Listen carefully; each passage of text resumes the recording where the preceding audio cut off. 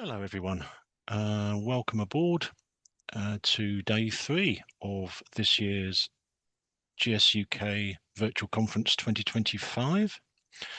I'm very pleased to open the third day on the Db2 stream with Kartikeyan Dhanapal from BMC Software, who's going to talk about ABCs for Db2 for zOS indexes. So it's all about indexing today. I remember reading one problem record from IBM once, and it said this particular A part is for Db2 users with indexes. And I thought, so that doesn't really let out many customers, does it? Because everybody uses indexes, surely. But there you go. They thought they were helping. So without further ado, Kartikeyan, over to you. Thank you, Colin. And a very good morning, good evening, even good afternoon, everyone. So I'm welcoming you for this session, ABCs of Db2 for zOS indexes. Let me introduce myself once again, I'm Kartikeyan Dhanapal, working with BMC Software as a lead product developer and on ME utilities for Db2.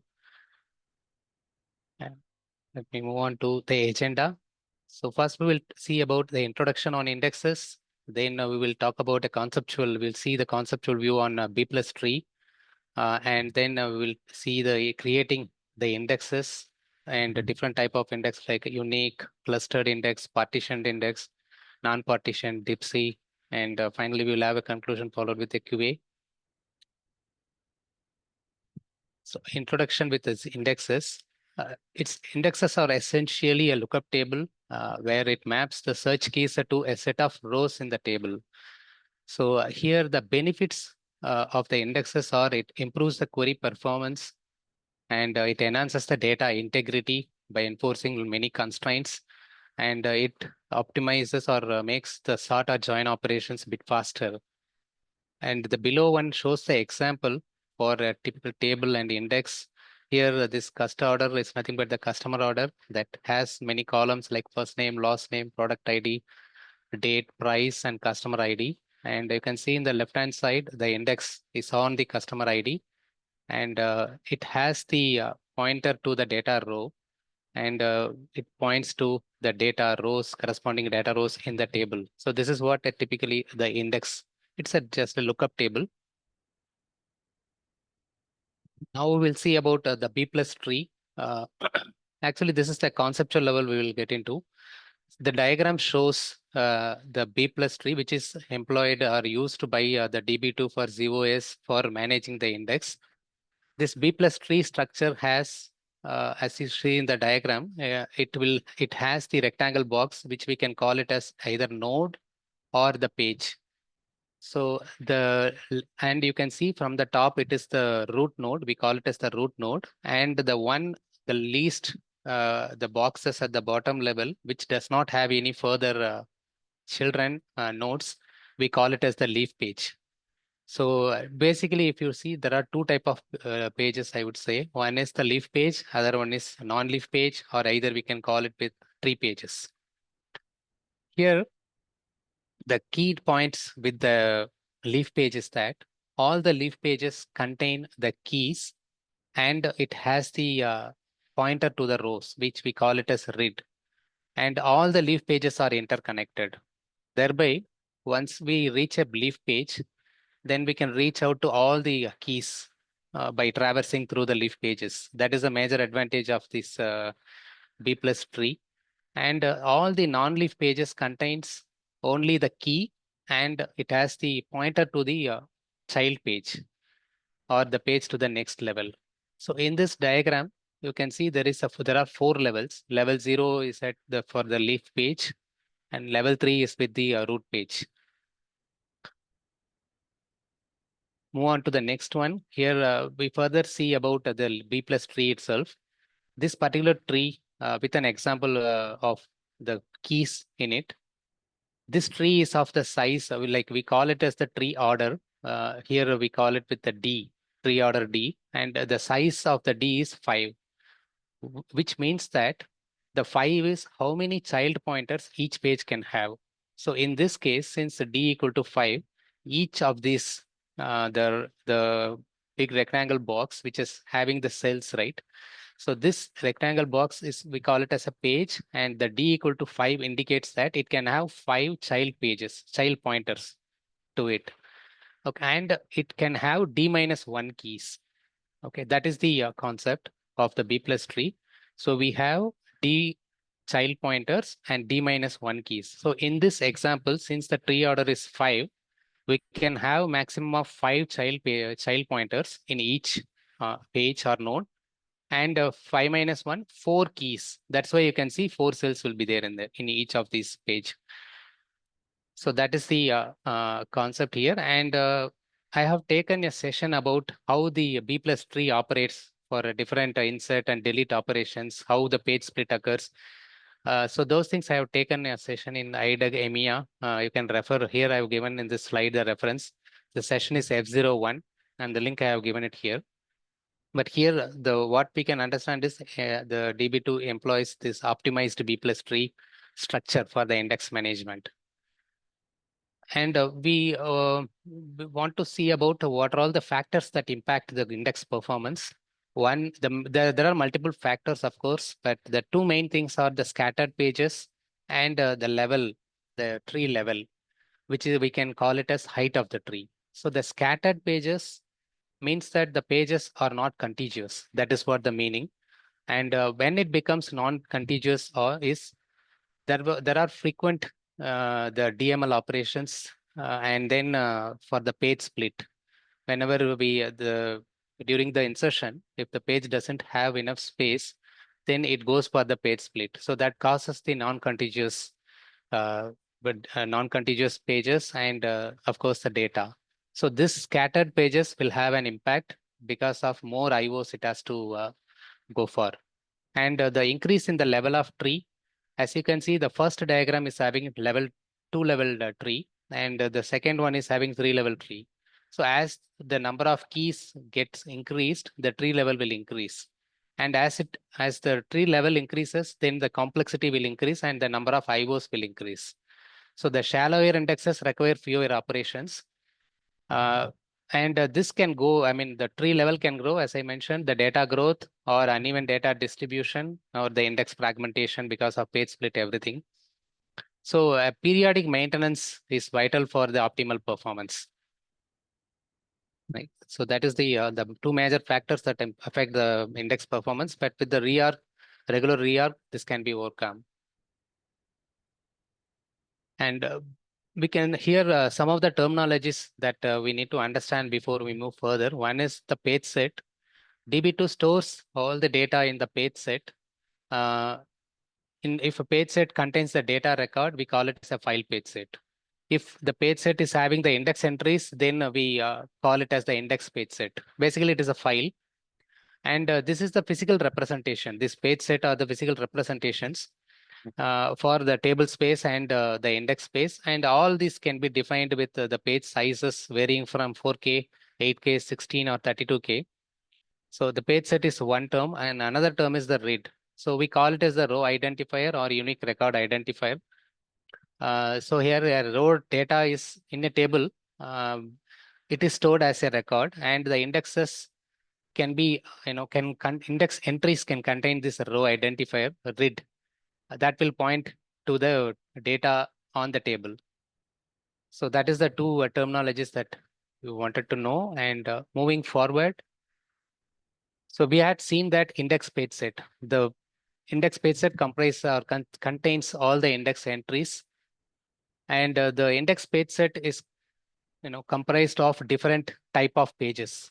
As you can see in this diagram, the header page, space map page, and the data page, directory page. There are a variety of pages present in the index page set. And each one is having its own purpose. The header page, it contains the control information used by DB2 like RBA, then when the last copy has been taken. So those information will be there, how many tree pages or how many leaf pages, how many keys are there overall, how many space map pages, all the information we can get it from the header page. And space map page, basically it is used for giving the notation for used page and unused page, basically utilization of the page. And The directory page contains the versioning information, and data page, as we seen in the B plus tree structure, the data page contains root page, non-leaf page, and leaf page. So this is the structure of the index page set. And before we see the creating indexes, let us explore some this SQL.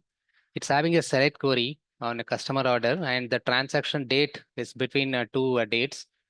So if we consider like there is no appropriate index for this query, then it requires a complete table scan, and that involves a huge cost. And so defining an index based on this predicate, here the predicate using the transaction date. So that would result in the improved performance and the reduced I/O.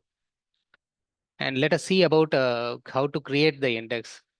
We use the create index statement and for creating the index, and there is no separate statement available for creating the data space. So DB2 automatically creates the index space. It automatically creates the index space when we do create this create index. And there are many specifications available for this index create. Like here as shown, buffer pool, DS size, piece size, primary quantity, free page, PCT free. All these are the specifications available with the create index. And this diagram shows that a logical or conceptual view of table space and index space. You can see the relation within the database. We have the table space and index space. And with the UTS, one table space can contain one table and index space can contain one index. And all the indexes having the pointer to the data rows, which we call the reads. This is the logical view. Now here is the example. So here you can see there is a sales history table, which is sales hist. Using the create table statement, we create this table that has the column sale ID, product ID, customer ID, sale month, and then the sale amount. So these are all the columns available in it. And this is the PBR where we use the limit key as the month. So here partition 1 is having the January month, partition 2 Feb, and partition 3 the rest. And there are 3 indexes created with the create index statement, as you can see here. The first one is on the sale month and sale ID, and the next one is on customer ID, and the third one is on product ID. So here with this creation, we have the question like, what does this cluster mean? What is the partition mean? What is the unique mean? As we move forward, we will come to know about these clauses or the specifications. Now let us see about the unique indexes. The unique clause, I would say, or the constraint, it guarantees that no two rows on the table have the same value as the column that defines the index key. So there won't be any duplicate. That is what this unique ensures, and thereby the data integrity. And this constraint is enforced when we insert, when any DML operation, the insert or update is happening, that time it enforces this constraint. And also it enforces this constraint during the creation of index 2. So it checks if already the table exists, it can check whether that unique constraint is met. If it is not, the create index will fail.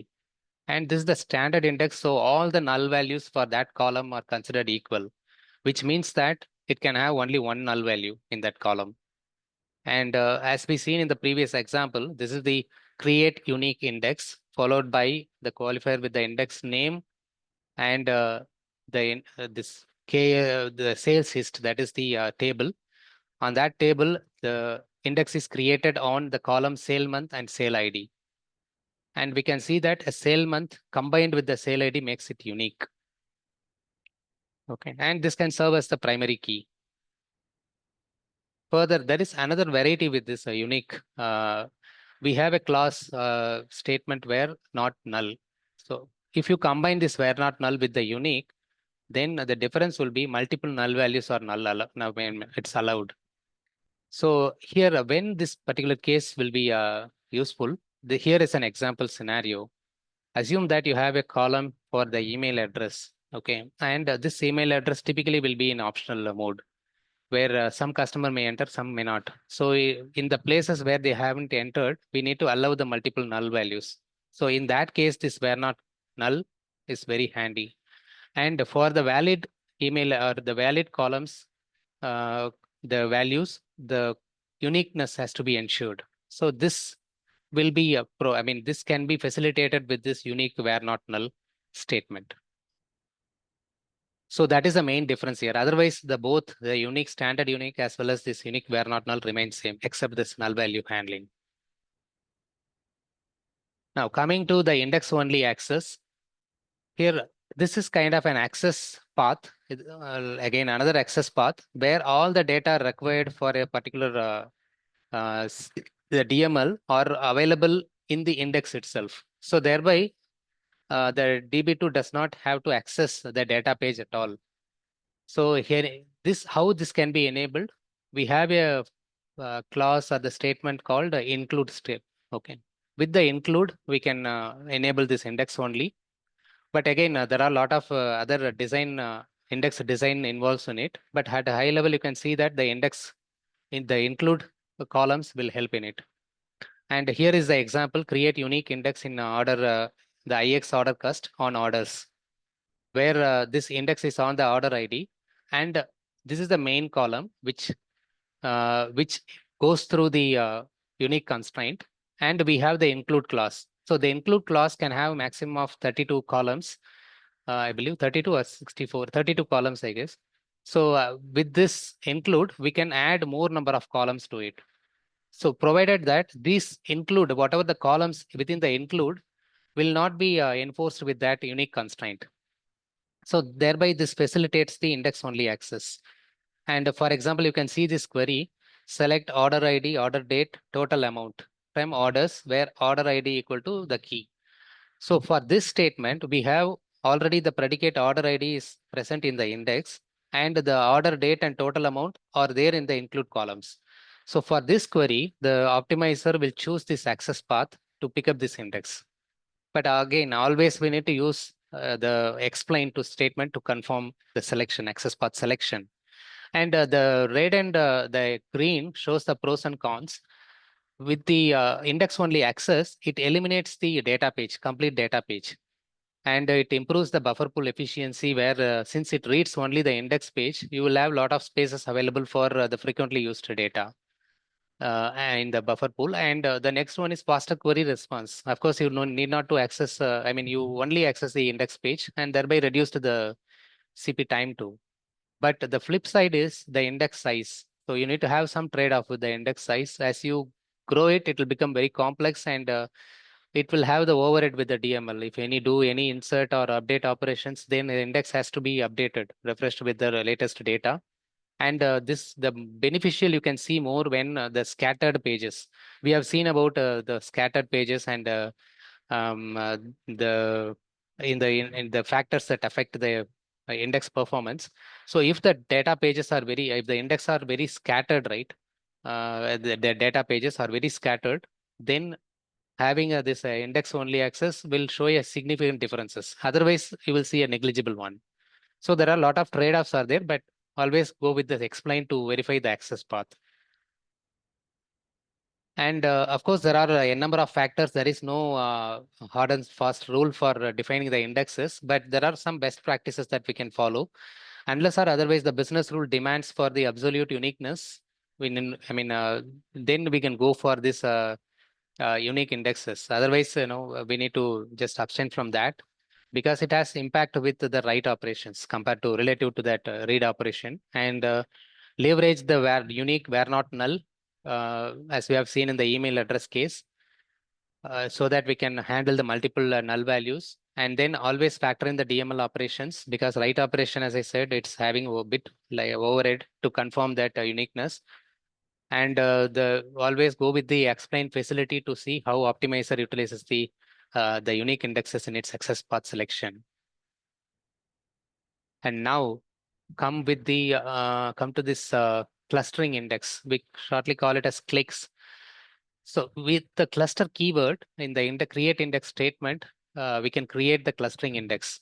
And the main purpose of this clicks is that it determines the physical sequence of the data rows sitting on the table. So which means that the clustering index keys and the data rows on the table can have the similarity or can have the ordering, the same ordering. But as far as possible, it is not like the must one, but as far as possible or whenever possible, it ensures during the insert SQL DML operations or the reorg, during the reorg also, it follows the clustering index to arrange the physical order of the data in the table. And this particular clicks will be showing very good performance for range queries.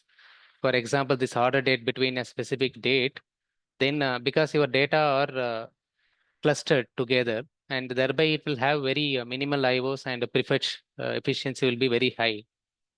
You can see in this diagram kind of an illustration where the below one shows the index, clustering index, where the keys are 100, 120, 110, 120, 30, 40, and it has the read 5, 6, 7, 8, 9. And the above one shows the table rows. So there you can see as similar to the read order, the table rows also in the same order. So thereby, it facilitates the range queries to have more efficiency. So this is the clicks clustering index. And moving to the next one, in our sample example that we created the table and index, the first index refers to the clicks. We can see the create unique index and the cluster keyword. Or if you are not specifying the cluster, then chronologically which index has been created first, the DB2 selects that as the clustering index, right? Now we'll talk about this non-clustered index. So as I mentioned, if no cluster keyword is not mentioned and uh, we go with index that is defined with it, then we call it as the non-clustered index, and it does not define the physical order. So in clustered index, we have seen as the same order as that of the key. The table rows also follows the same order. But in non-clustered key, the index and table data order is completely independent. And there can be Kartikeyan, there's a question for you from Charles Gaskell. Yes. How are unique where not null index is implemented in terms of non-leaf and leaf pages? How does it work when you are inserting, deleting lots of rows with null index values?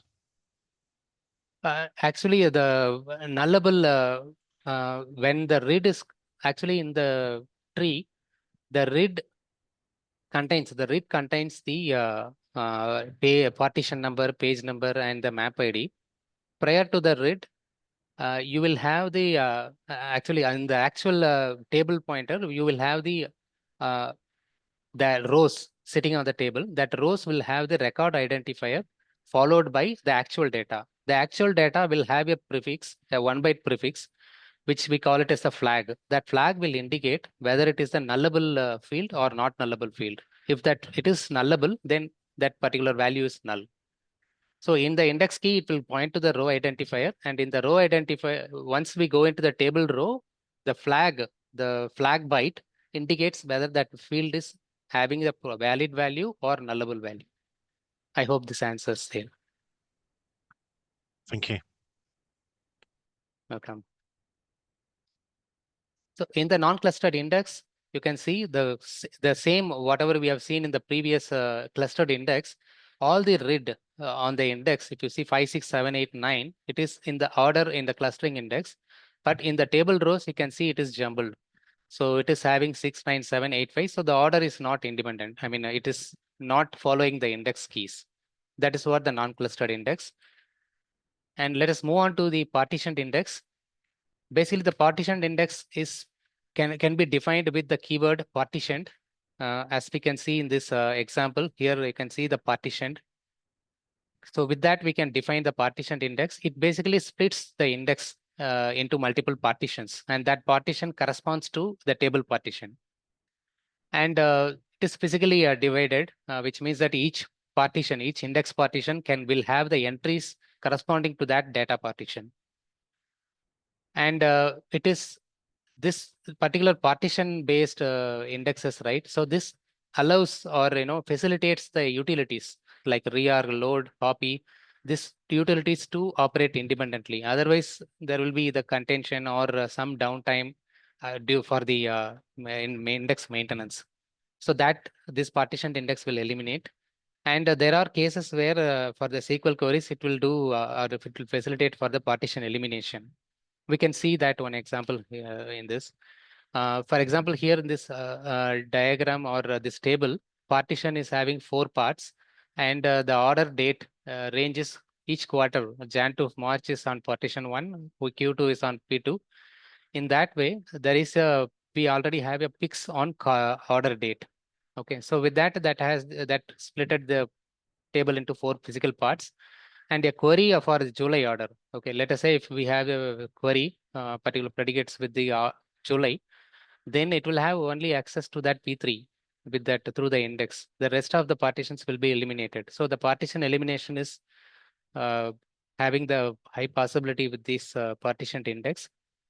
So the benefits are again the partition level parallelism, and for the range queries, since it is we club it with the clustering, so it will have a efficiency. It will show the efficiency for range queries, and with the partition elimination, and reduces the maintenance cost as we can run the utilities on each partition independently. So this is the illustration for the partitioned index. You can see the above row indicates the table partitions, partition 1, 2, and 4. Similarly, we have the corresponding index partition, and the keys will be each index partition will have the keys for that corresponding data partition. First partition is having the keys for the Q1, then second is for Q2, that way. Now the non-partitioned index, again, this non-partitioned index can be defined without, if you are not specifying the partition explicitly in the statement, then and you are having the key which is not belonging to the partitioning key, then that will be created. Db2 will create it as the non-partitioned index. And this means that there is a single global index which is maintaining the index entries for all the partitions. That is what this NPI or NPSI. And we have a single B tree. In case of the partitioned index, we have, if for each partition, the index tree is maintained separately. But for this NPI, we have the single B tree. And it is not dependent on how the table is particularly partitioned. And can include the columns for the key NPI key, which is unrelated to the partitioning key, and it can enforce the unique constraints. For example, across all the regions, if you want to have the employee ID, then this unique property can be applied to this NPI.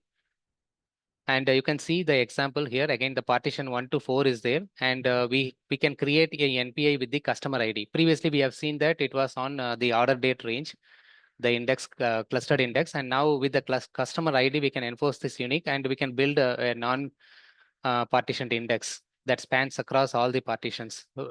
Have the index entries for all the partitions. And the benefit is that it has the alternate access path. Gives the alternate access path facility, and enables the unique constraint, and multiple NPIs is possible with the same table. And here is the illustration. We can see that table partition is multiple parts, 1, 2, and 3, 4. And only one index is there, and the keys plus reads in the index entries is pointing now to all the partitions.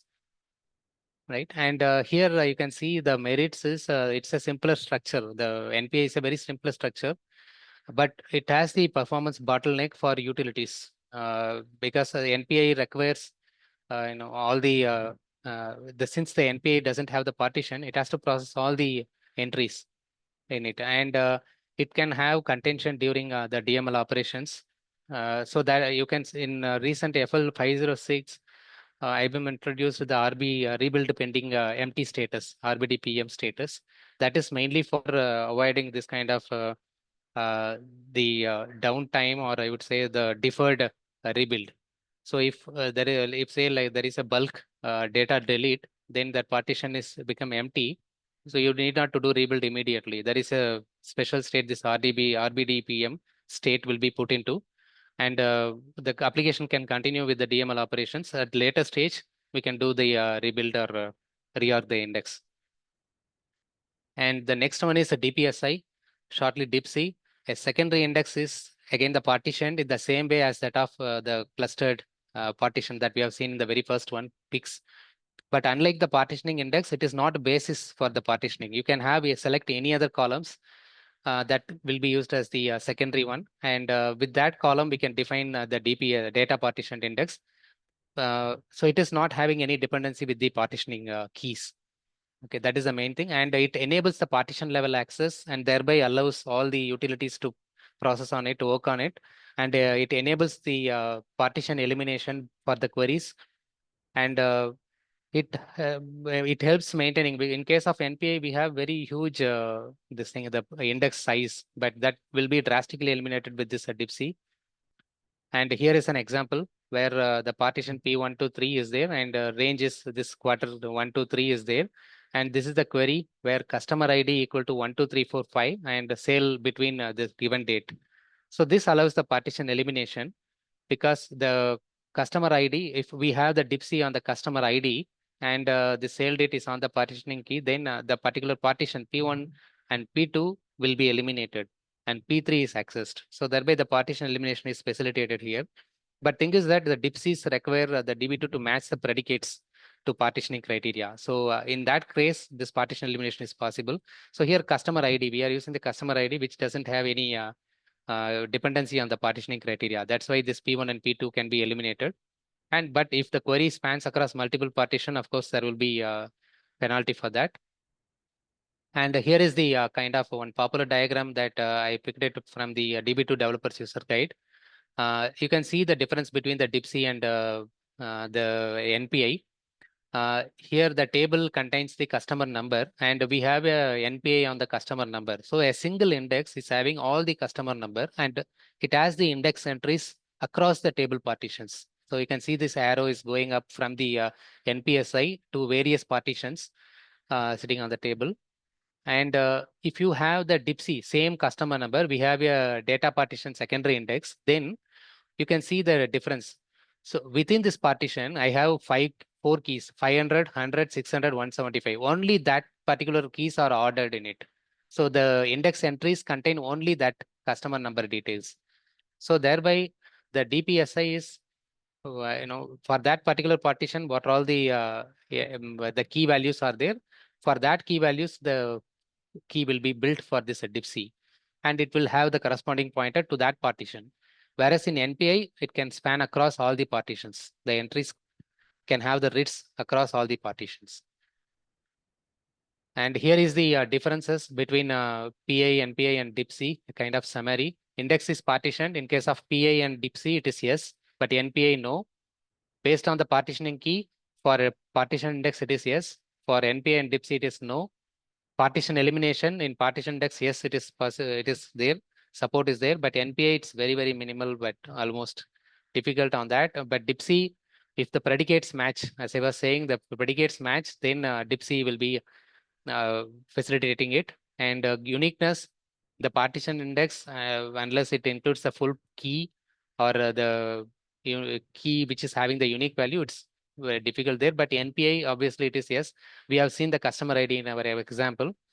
And DIPC, no. And maintenance scope, PI is partition level and DIPC also is at partition level. But NPI, we need to do the full table. And the common use is that the partition definition or access, this is the kind of the partition level access, and the NPI is for the global access. And the secondary will give the alternate access path.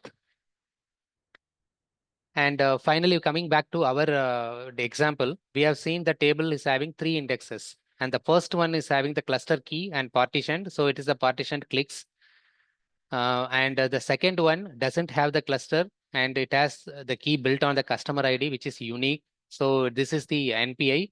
And third one, it is using the secondary key, which is not related with the partitioning key, which is the product ID, and it is partitioned. So this is the data partitioned secondary index. So all 3 indexes are there in that example.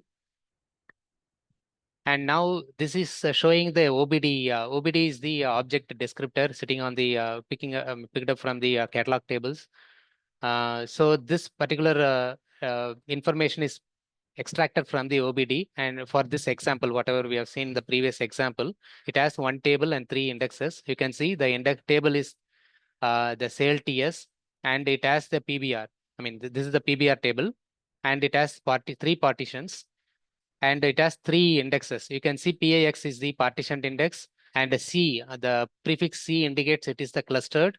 And we have the NPI, and third one is a Db2, and you can see the type equal to UF. So the U means that this particular index is unique, and F indicates it is fixed. If you have variable, you can have variable key too. So in that case, it will show V. And here the second one, NPI, also is unique and fixed. And third one, Db2, it is again, it is a duplicate. It is not a U. You can see the D here. D means it is a duplicate value, and it has the fixed key column. And as a conclusion, let us summarize whatever we have seen so far. Indexes are not merely the access path.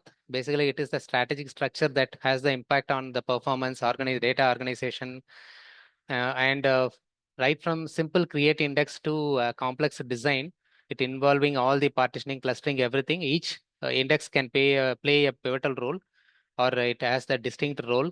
But often, sometimes, we may add up the indexes and sometimes forget the index to drop it. So that also will add up to the problem. So that has to be taken care. So we have seen about the unique indexes. It enforces the data integrity, and cluster indexes, it determines the physical sequence of the data.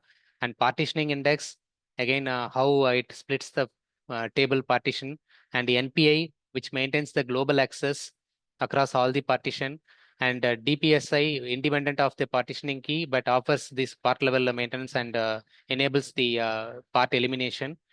And finally, the choosing the right index, there are multiple factors. There is no one-stop rule, but understanding the access pattern and data distribution and the maintenance requirement, we can choose the right proper index.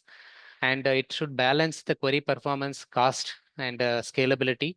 Always go with the explain to understand the access path and tune the query. Tune the indexes. So that is the thing. Thank you very much for all. And any questions? There's just a little note from Darren and Richard about so what happens when your table and indexes are defined where there's no cluster on any of the indexes. And that's interesting because it's the lowest OB ID that is then treated as the clustering index for reorgs and so Right. on. So that's something I The didn't know. chronological is the chronological is the very first index that has been created.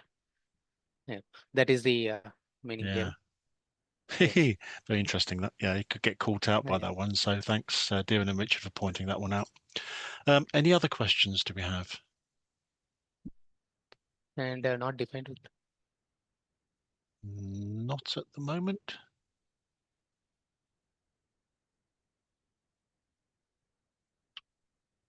Okay. I think Yes. that's it. Thanks. Karen, thank you very much. That was excellent. Thank It was you. a good trip Thank you very through much. indexes. So thanks very much for that. Well done. We've got a short break until 11:15 for the next session, which Marcus Davidge is giving. Please do provide the feedback. This has been session 9N for Nigel. So please do provide feedback so we can make the conference better and better as we go along. Thanks for your attendance. If there's no other questions, oh yes, just a point at the end. Can you please share this PowerPoint? I think all of the sessions will be added to the website at some point. So yes, that will be done. So no problem there. Thanks very much, Kartikayan. If there's really no more questions, time for a quick tea or coffee, and then we'll join up again in about 30 minutes. Thanks very much, everyone.